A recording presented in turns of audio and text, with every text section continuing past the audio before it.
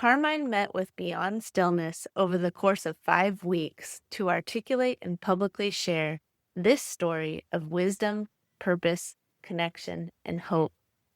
This interview was recorded during our final meeting together. To learn more about our programs, services, or to sponsor a guest on their story crafting journey, please visit www.beyondstillness.org. This story is presented in partnership with Santa Clara County's Stroke Awareness Foundation. We're honored to amplify voices from Santa Clara County and the surrounding areas. Visit www.strokeinfo.org to learn more. This week on Beyond Stillness, Stories After Stroke, we welcome guest Carmine Indindoli, who shares the journey of relearning how to walk, talk, and live with intention, drawing inspiration from his love of gardening, family, and fellow survivors. Through patience, persistence, and community, he found healing and growth, not just in the soil, but within himself. Thank you for joining us for part 2, Carmine Indindoli's interview. Hello and welcome to Beyond Stillness, Stories After Stroke. Stroke offers a powerful, life-changing shift in perspective. Each colorful memory creates a parable for life's greater teachings, a compass for journeys ahead, and inspired wisdom for unique growth. Beyond Stillness offers a moment of pause for storytelling and reflection. Ultimately, we create a welcoming environment that reveres the moment beyond stroke's paralysis. Still moments unite humanity and divinity. I'm your host, Molly Bucola. As we begin today, we take a moment of pause, a moment to honor the way that wisdom has emerged through recovery.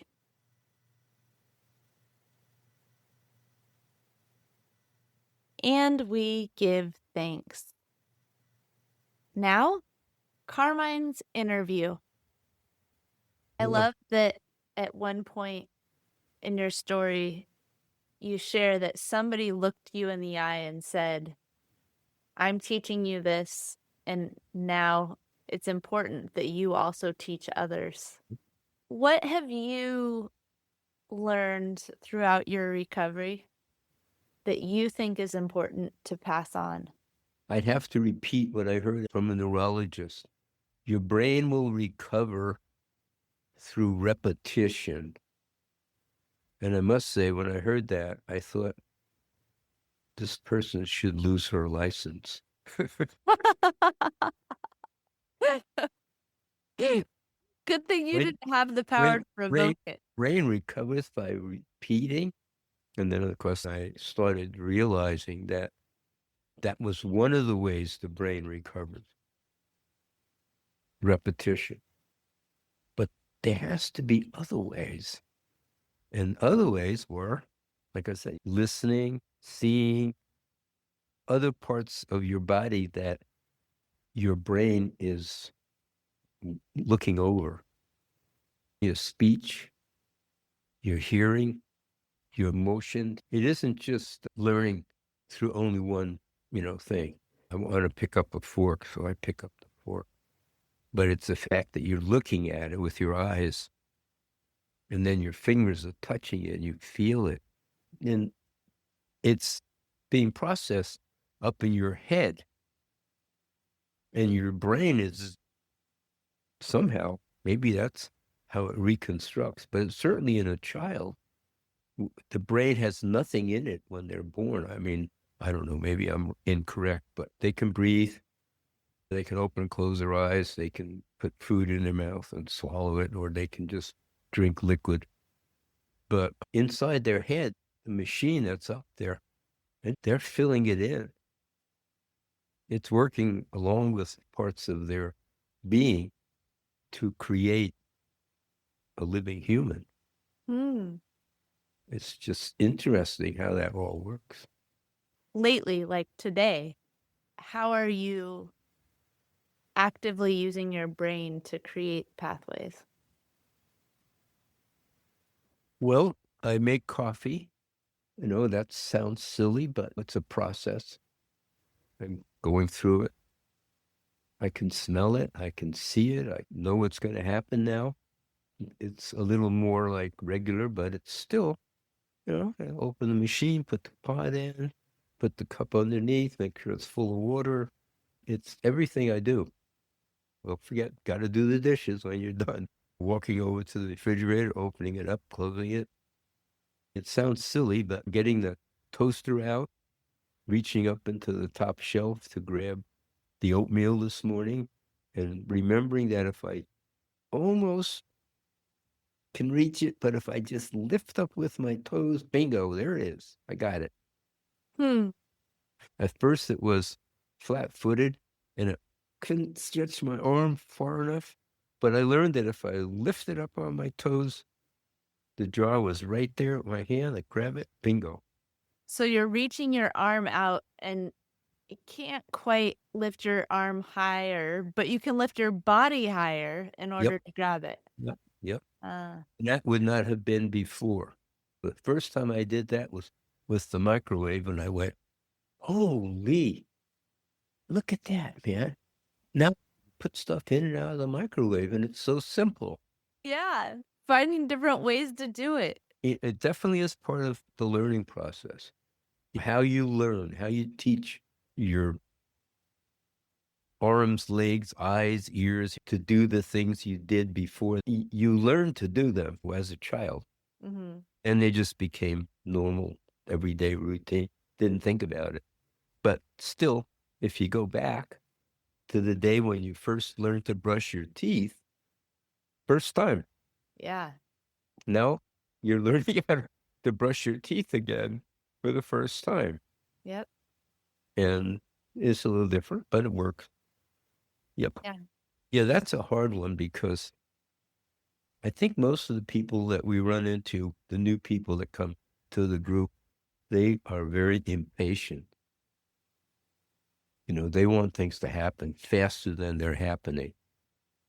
And it's really difficult to somehow get the message across to them that it took me a year to learn how to do that again. I always pick up my coffee mug at the meeting and I go, I couldn't do this. I had to reach out with two hands. I had to bring the cup to my mouth with two hands. Now I can grab it by the handle and they look at me like, I think when I first talk like that, some of them think maybe I'm a little, upstairs. You're doing the crazy signups. This guy's so crazy. But I think once you get that message across to them, they suddenly, the next time you see them at the meeting, they got a twinkle in their eye and they say hello and they say your name, shake your hand, smile, sit next to you, start a little conversation. It's like a little progress here. Yeah. Why do you think they open up to you in that way after? Our meetings are monthly. So after a month goes by, there's been a lot of water under the bridge for them. And they may see that in a different sense. Hmm. Yeah, it took me a whole month to learn how to put my glasses on my face or something. Yeah. But, and I always tell people, set a goal that's not so difficult, not so complicated. Like, yeah, you want to drive your car again. Okay, fine. Push your lawnmower around. Use it as a crutch and walk. And then if you have a riding mower, try that or a tractor or something. But work your way up from here to there, just like when you were a little kid. You couldn't use a knife, fork, and spoon. And then later on, you don't have to have mom cut the piece of the chicken. The people who understand that idea, I think, do better. I think everybody eventually gets it, but some people who get it right away, I think they see improvement as being incremental instead of big steps. And then they're happy. Yeah. So And then it's not, smaller, more achievable goals. And then the more you achieve, the more content and confidence that you build. And then exactly. all of a sudden you've gone a lot further than you thought. You build on it. And then it's just the idea that when you were little, you learned slowly. And now you're backtracked a few years and you got to start all over again. But what else is there to do? You Mm, may be 80 years old and you may not make it to 90, but if you just sit there and wait for 90 to come and do nothing, you wait, you wasted 10 years mm, of progress. Yeah. yeah. There's a lot that can happen there. Well, there definitely is. Yeah. I can tell you when I flip a pancake on a little griddle without splattering it all over the whole thing, that was like, I didn't care. See, that's something else that you can I celebrate. did it. My hand, I got it. Yeah. Now I go and flip pancakes, make pancakes. Oh, think about it. Just, beep, boom, boom, boom. But, Oh. it's silly. I have a friend I talked to about that stuff. He understands. Mhm. He didn't have a stroke, but Yeah. he he kind of remembers when he was a chef Yeah. learning how to cook. Uh, Somebody taught him yeah. to flip pancakes or, yeah. So, It's important to have people in our life that understand. You mentioned briefly the first time that you stepped into the room with other stroke survivors. Will you elaborate on how that was for you? well, there were two parts. There was me walking into a room with some people already in the room. And that was sort of like, oh boy, I'm the new guy here and kind of struggling in, Yeah. dragging my foot, finding a place to sit, and all these people are perfectly okay there. You know what I mean? They're all sitting there looking at me. And then after I sat down, more people came to the meeting. And then I realized that people coming to the meeting, some of them were old timers. Everybody that came to the meeting before they sat down all kind of looked like me, little wobbly walkers, canes, somebody holding their arm. And then I went, well, I guess the people sitting down were also struggling. And when they tried to speak and go around the table and tell you their name and when they had their stroke and how they're doing, they cried, they choked up. It was like, oh, wow, most of the people in the room are like me. They're having a different time in life. That was really quite an eye opener. How many people up to that point had I met who were recovering from stroke? It's very, very limited. So being in a room with people that were struggling with recovery and willing to share their stories, there's a lot of interesting things that happened at the first meeting and continue to happen. I went to a second stroke recovery group that's just getting started in our town, and I saw new faces, not the old faces from Gilroy. And you could see them sitting there very quiet, staring off into the distance. They'd be just sitting there, just sort of like me, looking at what to them must have looked like a room full of people that are all recovered. And that's the very interesting part about the stroke recovery group. I received an invite to the Golf for Life. Yeah. Well, Yeah. I think champion the challenge, Deb Shaw. yep. Carmine, at one Oh, point in our time together, you said that that was the very first time that you sat with other stroke survivors and how powerful that experience was. Will you tell me more about that? It was nearby in San Jose, and it was free to stroke survivors. There were people providing assistance and so on. And if you were sitting there after you walked in and registered, and you're looking down this walkway, you're seeing hundreds of people who have had a stroke, wandering in, walking, wheelchairs, walkers, canes, some clinging to somebody's arm. It was like, my God, not just me. Overwhelming. And it was a fun day, interesting day. The lady and her husband, president, the vice president, Deborah Shaw. Deb Shaw? Yeah. Yeah. She had a severe stroke, and she gave a little introductory talk. I was sort of trying to put myself into which box I fit in. Mm. I walked to the golf cart. It was my turn to play a little bit of golf. And it's just, the perspective there was this huge mass of people. At one end, maybe there was some people who were really, really nearly 100% recovered. And at the other end of the spectrum, there were people that were nearly 100% unrecovered or disabled or something.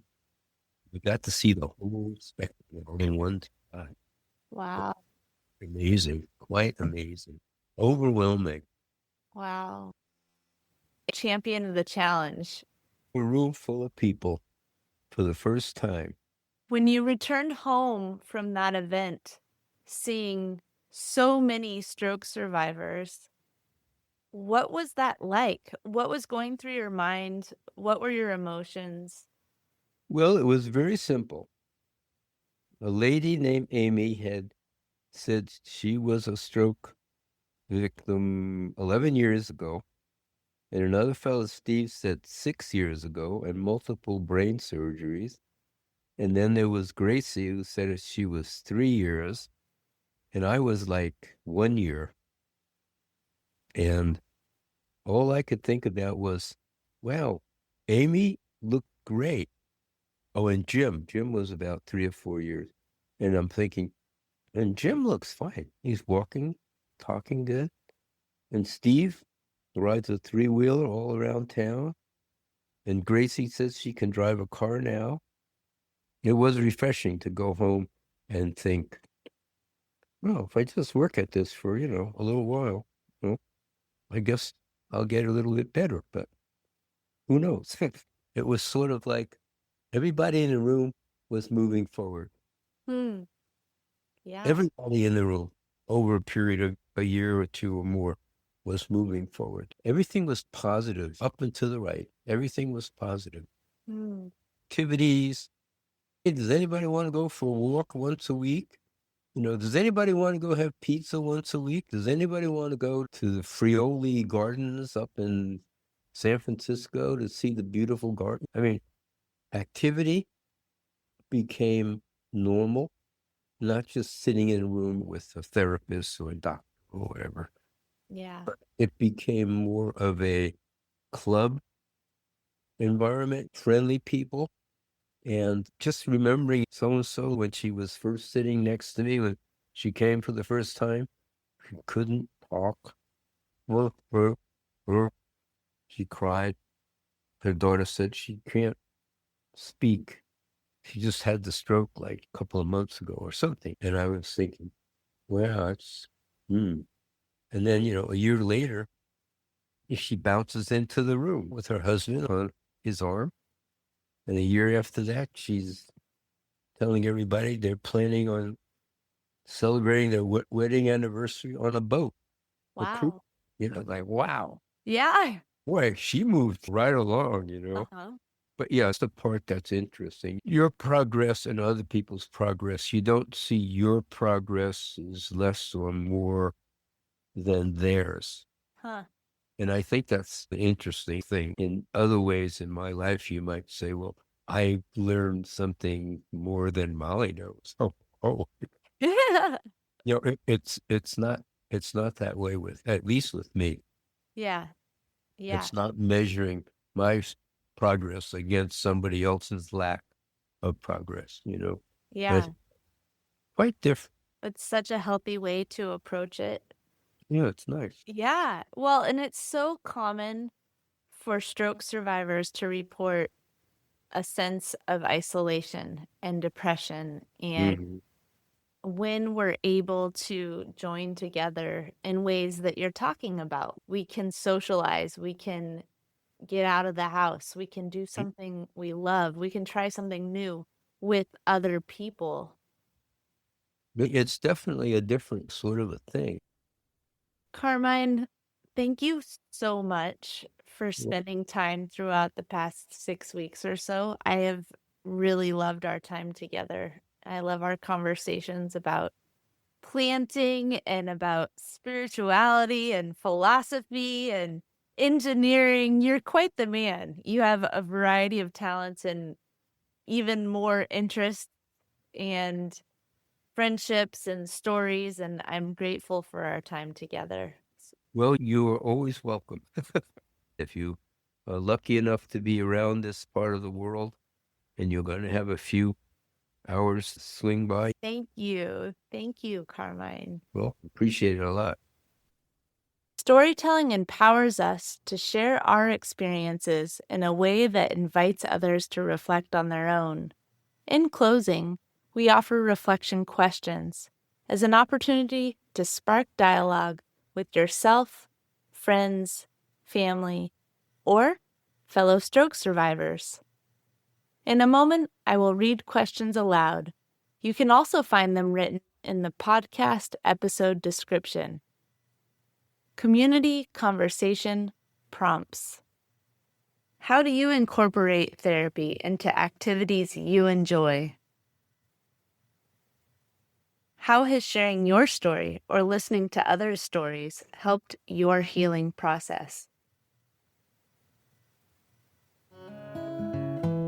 Beyond Stillness, Stories After Stroke is made possible by our guests and tax-deductible donations from friends and listeners like you. Join us in empowering stroke survivors with stories of wisdom, purpose, connection, and hope at www.beyondstillness.org. Thank you for listening to Part 2, Carmine Indindoli's interview. For the full story, please listen to Part 1, Carmine Indindoli's story.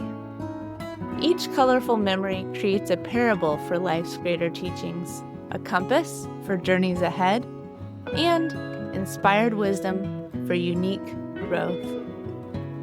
We hope Carmine's journey reminds you of the strength in patience, persistence, and community. May you grow roots of resilience in your own recovery. If you found value in today's episode, please like, share, subscribe, or leave a review so others can find these stories of hope. And remember, as part of the stroke community, you are more than supportive. You are inspirational. This story was presented in partnership with Santa Clara County's Stroke Awareness Foundation, that's founded on a mission to bring life-saving, standardized stroke treatment to Santa Clara County. Today, all 10 hospitals in Santa Clara County are stroke certified. For over 2 decades, the Stroke Awareness Foundation has raised awareness and empowered the community through education on the warning signs of stroke. The Stroke Awareness Foundation works to reach all of our communities through multilingual BEFAST education. Know the signs, save a life. Recognizing stroke symptoms quickly improves stroke outcomes and can make all the difference. Together, we save lives and improve the health of our community. These are common stroke symptoms: Be fast. B. Balance. Sudden loss of balance or coordination. E. Eyes. Sudden trouble seeing in one or both eyes.